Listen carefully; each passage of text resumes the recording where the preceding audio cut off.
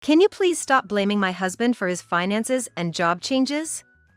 He seems really down about it. Well, it's his own fault for quitting a good company, isn't it? Putting us in a situation where we can't even pay rent. What does he want to achieve?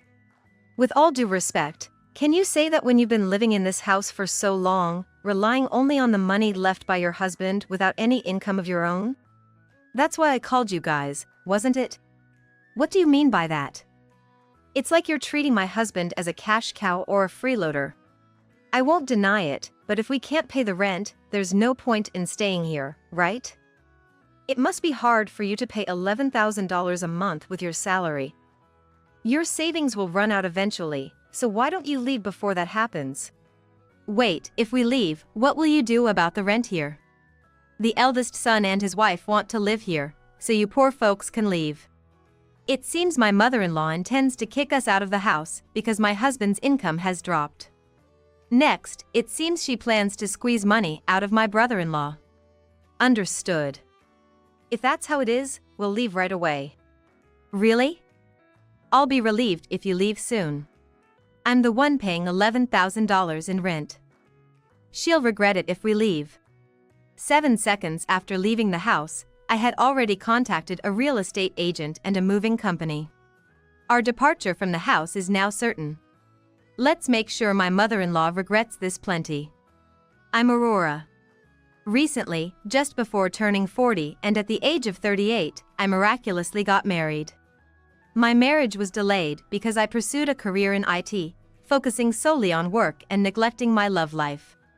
Despite having given up on marriage outwardly, deep down, I hoped it would happen.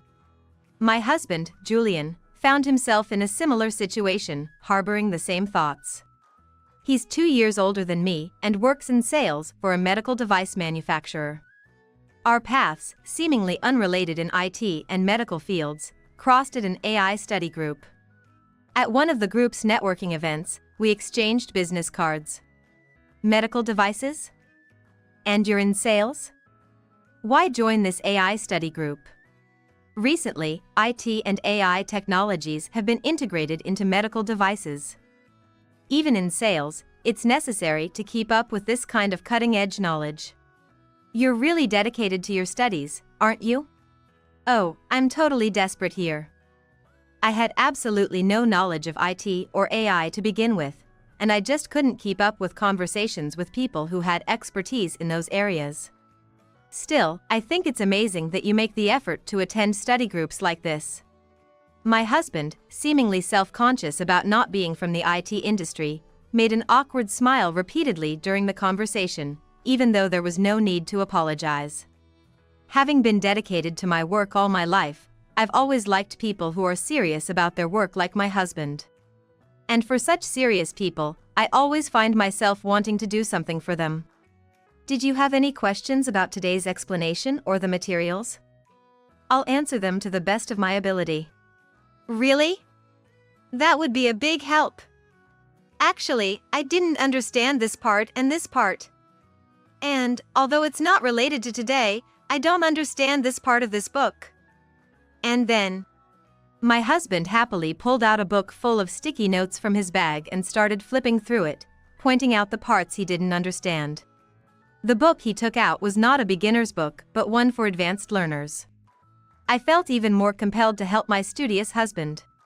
There's a lot to cover and it's complicated, so to save time, how about we talk over lunch outside? I'm sorry. It's just so rare to get a chance to ask about specialized topics in detail. I got a bit carried away. Suddenly coming back to himself, my husband awkwardly put the book back into his bag.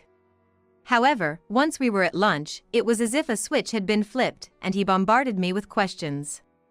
In between his questions, I hurriedly ate the pasta I had wrapped around my fork whenever there was a break in his words. Even after lunch was over, his questions didn't stop. You're gonna have to get back to work soon, right? Thank you for today. Not at all. I was actually glad to explain things to someone who's seriously listening. It's much more rewarding than explaining to my junior employees who just don't get it. I'm sorry to ask, but I still have more questions. Could I ask you again sometime? My husband, with an awkward expression, took out his smartphone from his bag. Then, we started to meet occasionally on weekends, having meals while talking about work. Despite saying I had given up, deep down, I still hoped to get married. Gradually, my husband and I became interested in each other, started dating 3 months after we met, and got married a year later. I secretly relished the fact that I managed to get married just before turning 40. But my joy couldn't last forever. With marriage comes the necessity to formally meet my husband's parents. Being a first-time bride at this age, and having heard all sorts of stories about issues with mothers-in-law from friends, I was filled with nervousness and anxiety. On the day we were to greet them for the marriage, standing in front of their house, my anxiety and nervousness peaked, making me feel as if my heart would leap out of my mouth. Thinking of what lay ahead felt like stepping onto a battlefield. My husband, noticing my excited state, patted me on the shoulder. "Don't worry so much, let's go inside." He proceeded to the entrance, seemingly ignoring my nervousness and anxiety. My tension wasn't just because I was meeting my mother-in-law for the first time. Their house was a 3-story building, quite large, with a seemingly spacious garden. Located in a quiet residential area surrounded by other large houses, theirs was even more grand and imposing. My dad's no longer with us, so it seems wasteful for Mom to live in such a big house by herself. But she doesn't want to leave since she lived here with my dad. It's a rental, so I don't see why we should be so attached to it. Your father was a doctor, right? Yeah. So, Mom's living comfortably on the money he left behind. Though she acts as if the inheritance will last forever. My father-in-law had passed away 3 years before I met my husband. It's only been 3 years, so my mother-in-law might still be feeling lonely. If she sees me marrying her son as taking him away from her, it could spark mother-in-law issues. As my husband unlocked the door, my tension and anxiety reached their peak. "Welcome back. It's been a while." "Has it? We saw each other last New Year's, right?" "That was almost a year ago, wasn't it, Aurora? Come in, come in." My mother-in-law welcomed me with a graceful smile, like the proprietress of a traditional inn, making all my tension and anxiety seem unnecessary. We were led to the living room. The house, impressive from the outside, was equally grand on the inside. The hallways were wide, with expensive-looking paintings on the walls, beautiful vases on shelves, and the furniture exuded an elegant aura. Sitting on the sofa, I felt nervous all over again. "Aurora, you work in IT, right?" "I'm not familiar with all that, but it's something to do with computers, isn't it?" "Yes, well, something like that." Seeing my face, my husband's lips slightly curled in amusement. It was obvious I was nervous. It seemed like my husband was waiting for me to relax, as he started talking to my mother-in-law, cutting across our conversation. "Come to think of it, I wonder what Anthony's been up to. The last time I saw him was at Dad's funeral, so it's been 3 years. Still no contact whatsoever?" "That's true. He doesn't show his face or get in touch. Unlike Julian, he's always been the quiet type, so it's hard to tell what he's thinking, isn't it?" "Well, he's working, and he has Mayumi, so there's nothing to worry about, right?" "I'm not worried at all, you know? But I do think it'd be nice if he'd at least get in touch a bit more. Indeed, he hardly ever contacts us, so much so that I hardly even know Anthony's address or phone number anymore. Can we even say we're brothers?" "Well, I do know his contact details and address, but with no contact from his side, it's hard for us to reach out to." My husband and his mother were engaging in family talk that I couldn't quite grasp. I listened to their conversation, gathering information about my brother-in-law, Anthony. Though he lived not far from the family home, he never visited and rarely contacted them. It seemed Anthony wasn't much for communicating with the family, not because of any bad blood with his mother or my husband, but just his nature. Like my husband, he worked in sales for a medical equipment company. Their father had been a doctor, and their parents had hoped they would follow in his footsteps. However, both were more fascinated by the machinery in hospitals than the medical practice itself. For young boys, the allure of large machines and complicated buttons must have been irresistible. Thus, they aimed for careers related to medical equipment instead of becoming doctors. The family talk continued, and gradually, my tension eased. Once I felt more relaxed, I joined in the conversation and enjoyed chatting with my husband and his mother. Despite my initial fears about mother-in-law issues, it seemed unlikely any problems would arise between us. However, now, 6 months into our marriage, issues concerning my mother-in-law were beginning to surface. As we were getting used to married life, we were contemplating whether or not to move. "Is your mom really doing that poorly?" "Yeah, she says it's hard for her to even walk now and she can't do anything around the house. The doctor said it's nothing serious, but..." She seemed fine and quite energetic at the wedding. Well, she's 70 now. It's not strange for her health to suddenly decline. She always insisted on living alone, saying it was more comfortable and that she didn't want to live with anyone else. But now she's suddenly asking for help, so she must be really struggling. I was getting worried about leaving her alone anyway, so maybe it's time to visit home. While observing my expression, my husband awkwardly suggested that we move in with his mother. If I were in my 20s, I might have disliked the idea of living with my mother-in-law, but being older, I wasn't going to be selfish. However, given her age, I had anticipated we would end up living with her sooner rather than later. It's a shame we've only lived in this house for half a year, but it can't be helped. I'm sorry. When I agreed to live with his mother, my husband looked even more uncomfortable. My husband might feel guilty, but actually, I'm a little excited. My mother-in-law's house is large, and she's not a bad person. The only concern is that work will be a bit farther away. I reassured my uneasy-looking husband with a smile, telling him he didn't need to worry. "I'm home. I've just returned. Welcome home. Dinner's ready. Julian will probably be home late, so let's eat now." "Didn't I tell you I'd be home early today and that I'd make dinner, Mom?" "Aurora, you're working, so let me handle this. The laundry is folded and left in the living room as usual, so please take it to your room." My mother-in-law, bending slightly and dragging her feet, shuffled towards the kitchen. She takes care of the house. While I should be grateful, the reason we decided to move in was her poor health. Yet, even when I say I'll handle the household chores, she does them anyway. Honestly, it helps me since I work, but it makes me wonder why we started living together in the first place. However, compared to dealing with severe mother-in-law issues, my concerns are minor, and life together is going smoothly in general. But after 3 months of living together, a slightly uneasy atmosphere began to emerge in the house. This is a bit hard to say, but could you two contribute a bit more to the rent? During a weekend lunch at home, my mother-in-law started the conversation with an awkward expression. My husband and I stopped eating and looked at each other, surprised. "What's up all of a sudden?" We had a clear discussion about the rent before moving in. Since our previous apartment's rent was $3,000, we agreed to give you $3,000 a month for rent. I thought that was okay until we started living together, but after these 3 months, I'm wondering if $3,000 is enough. This house is large, and I'm mostly taking care of things inside. Plus, since the house is big, the rent is, Without looking at us, my mother-in-law mumbled while poking at the tofu in her miso soup. The preamble about taking care of the house was just that, a preamble.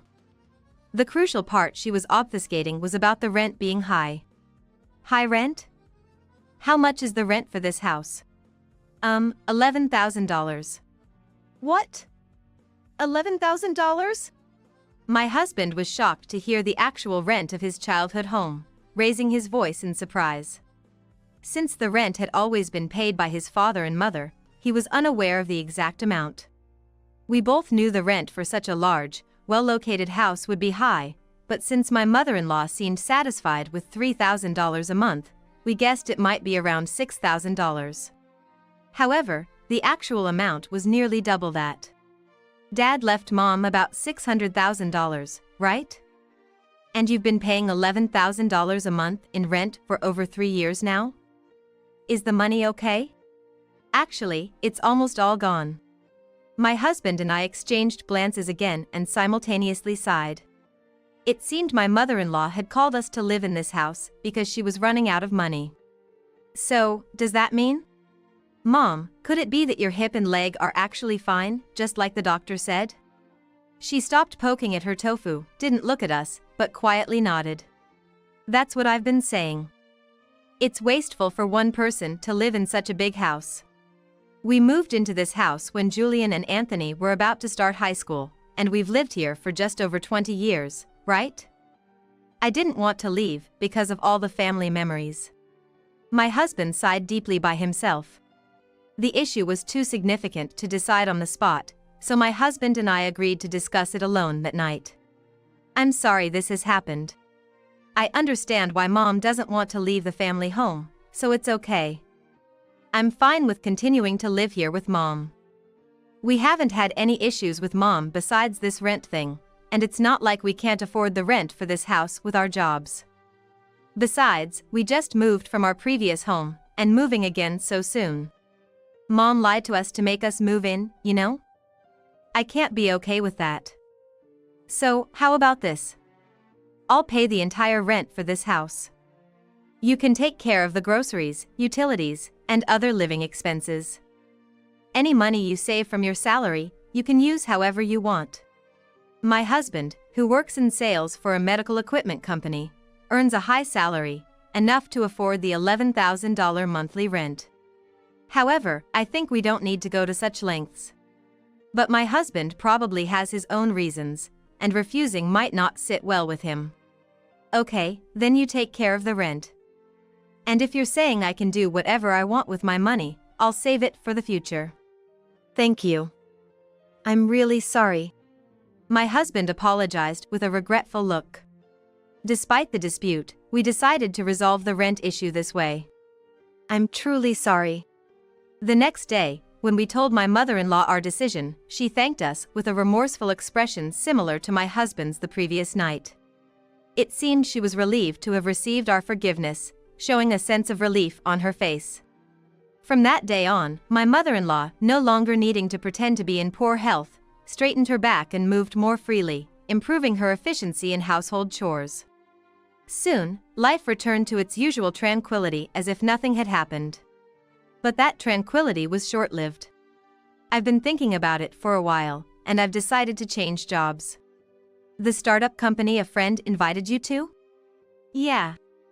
The company is working on developing medical devices and software using AI and IT. I'm interested in IT and AI and want to stay involved in the medical field. It's an ideal job for me. But my income will decrease significantly, so it'll be a burden on you. Don't worry about me. I know you've been diligently studying IT and AI, and if you've found a job you want to do, you should go for it. I energetically patted my husband's shoulder, injecting him with enthusiasm. Perhaps more than I intended, his expression brightened instantly. However, my husband's job change was the beginning of the end for our peaceful life.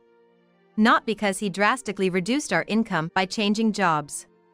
Why would you change jobs when you were making good money? Aurora works in IT, and even though she earns a decent salary, it won't be as much as Julian's. Can you manage with both incomes? Or do you plan to dip into savings until Julian's salary increases? Mom, I understand your concern, but we can manage on my income. What? Don't be so stubborn. I looked up the average salary for a system engineer, and it's about $96,000. Aurora's income alone won't be enough. I'm not a system engineer, though. Then what? A programmer? That's even less than a system engineer's average salary. My mother-in-law said her piece and walked away from me. It seems my mother-in-law is upset because my husband changed jobs, resulting in a lower income, and now we might struggle to pay the rent. She probably fears the day we'll have to leave this house. Her anxiety has led her to gather information to blame us, turning bitter. Previously, my husband would have stood up to her. However, given the situation was caused by his job change and the drop in income, he feels unable to retort. While I could argue back, doing so might inadvertently affect my husband. Moreover, my mother-in-law only says what she wants without listening to me. Lately, I've been racking my brain over what to do. I'm home. Just got back. Huh? My mother-in-law usually prepares dinner and waits for us. But today, there's no sign of her in the kitchen. Looking at the sink, I see dishes, pots, and pans left unwashed, seemingly from lunch and dinner. Judging by the amount, it looks like the dishes are from both lunch and dinner. It appears she made food just for herself and left the cleaning for me. I decide to start with the dishes before making dinner. Since my husband's job change, my mother-in-law stopped doing anything around the house. I was relieved, but I never relied on her help, and I was actually concerned about her doing too much, so her not helping with housework is fine by me. However, it's particularly concerning that this change is clearly due to my husband's job change and the resulting decrease in income. Will we have to leave this house someday because someone quit their job? It was a house full of memories. What a shame. Hey, Mom, there's no need to say it like that. It's the truth, isn't it? On a weekend, as my husband was studying for work in the living room, my mother-in-law made sure he could hear her loud soliloquy. She continued to badger him from a distance without him responding. This method of attack seems to be her new trend. The mental attacks are quite effective, gradually wearing down my husband's spirit. At this rate, despite having landed his dream job, my husband's motivation might decline. With that in mind, I decided to directly address my mother-in-law, something I had avoided doing before to prevent any backlash on my husband. The next day, I left work early to confront my mother-in-law. It seemed best to do this when my husband, whose spirit was flagging, wasn't around. Mom, can we talk? What? When I approached her as she watched TV, she glared at me with a piercing look. Despite being momentarily intimidated, I pressed on. Can you please stop blaming my husband for our financial issues and his job change? It seems to be really getting to him. Well, it's his own fault for quitting a good job. What does he expect, putting us in a situation where we can't even pay the rent? But, Mom, can you say that when you've been living in this house relying solely on the money Dad left behind, without any income of your own? I called you two here because I was running out of money. I even faked being ill as part of my plan for when the money ran out, so don't lump Julian in with me. What do you mean? You're making it sound like my husband is just a cash cow or a leech. I won't deny it. But I raised him, so it's only natural he looks after an old woman with one foot in the grave, isn't it? I deserve to be repaid for my efforts.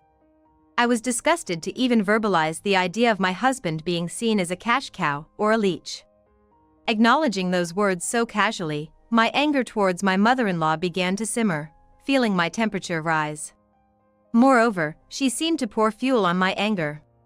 Julian being unable to pay the rent means he's useless to this house now. It must be hard for you to cover $11,000 a month with your salary. Before you run out of savings, why don't you leave? What?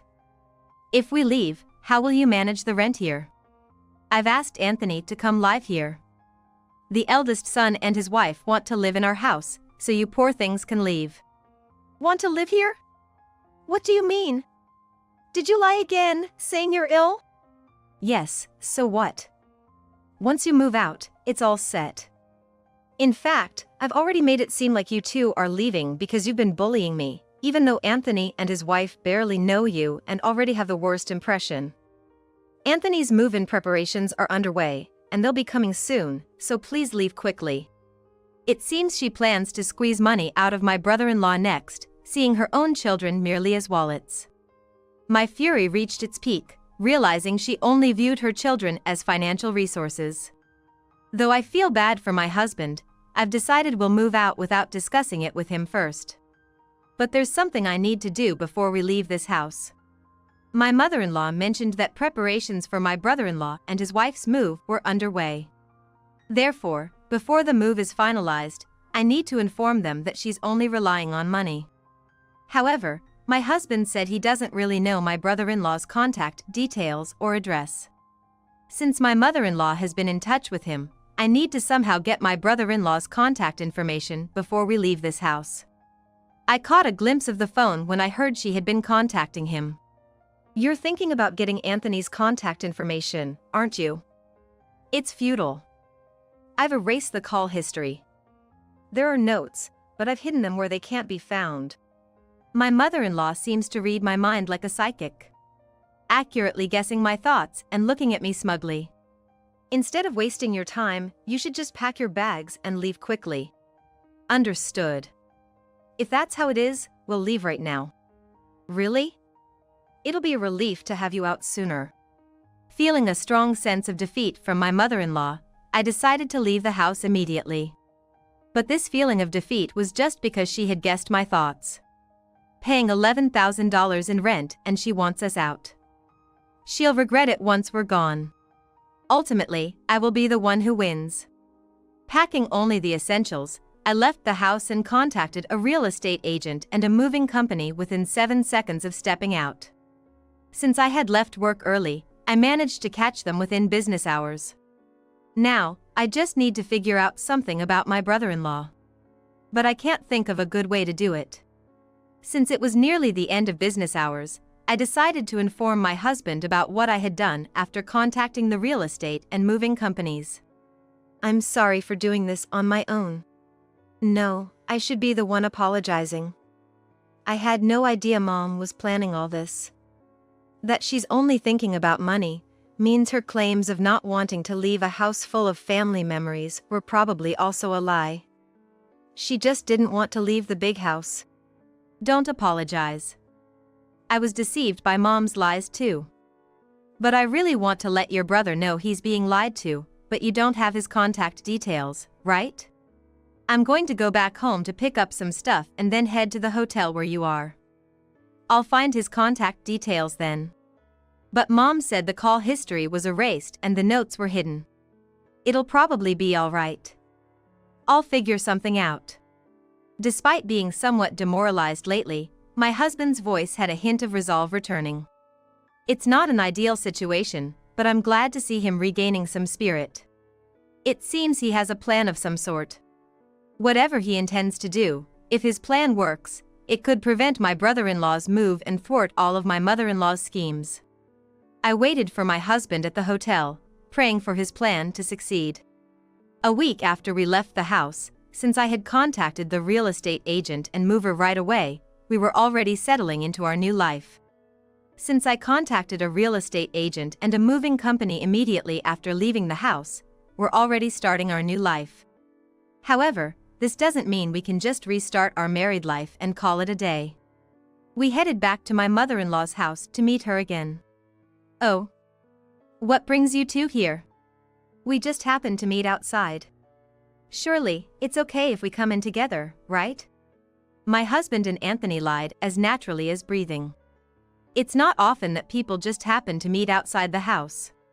However, they spoke so smoothly and naturally that my mother-in-law didn't doubt their words. Well, all right then. Come on in. Led by my mother-in-law, both our couple and Anthony's were ushered into the living room. Sitting on the couch that my husband and I had used normally until a week ago, Anthony quickly got to the point. We can't live with Mom. What? My mother-in-law froze at the sudden conclusion. But then, she glared sharply at us. You must have said something unnecessary outside the house. It wasn't outside. We had heard over the phone beforehand. We were in touch today and came here together. Do you really think we just happened to meet outside? Julian. You said you didn't know Anthony's contact details. That was a lie, huh? Lying to your parent, what a terrible child. Her accusation was a complete boomerang. She relied on her children for money, yet she dared to say such things. And Julian hadn't lied. I truly didn't know my brother's contact details. I had heard his mobile number before, but it had changed, and I couldn't reach him. Then how did you get in touch? I checked the phone history in this house. I erased all the history. Still planning to lie? No. Not the history stored on the phone itself, but the history that remains with the phone company. I forgot the exact number, but you know how you can use a specific number to access the telephone directory service from the phone? There's an incoming call history version of that. They can tell you the dates and numbers of the last 5 calls received. The last 5 calls, you say?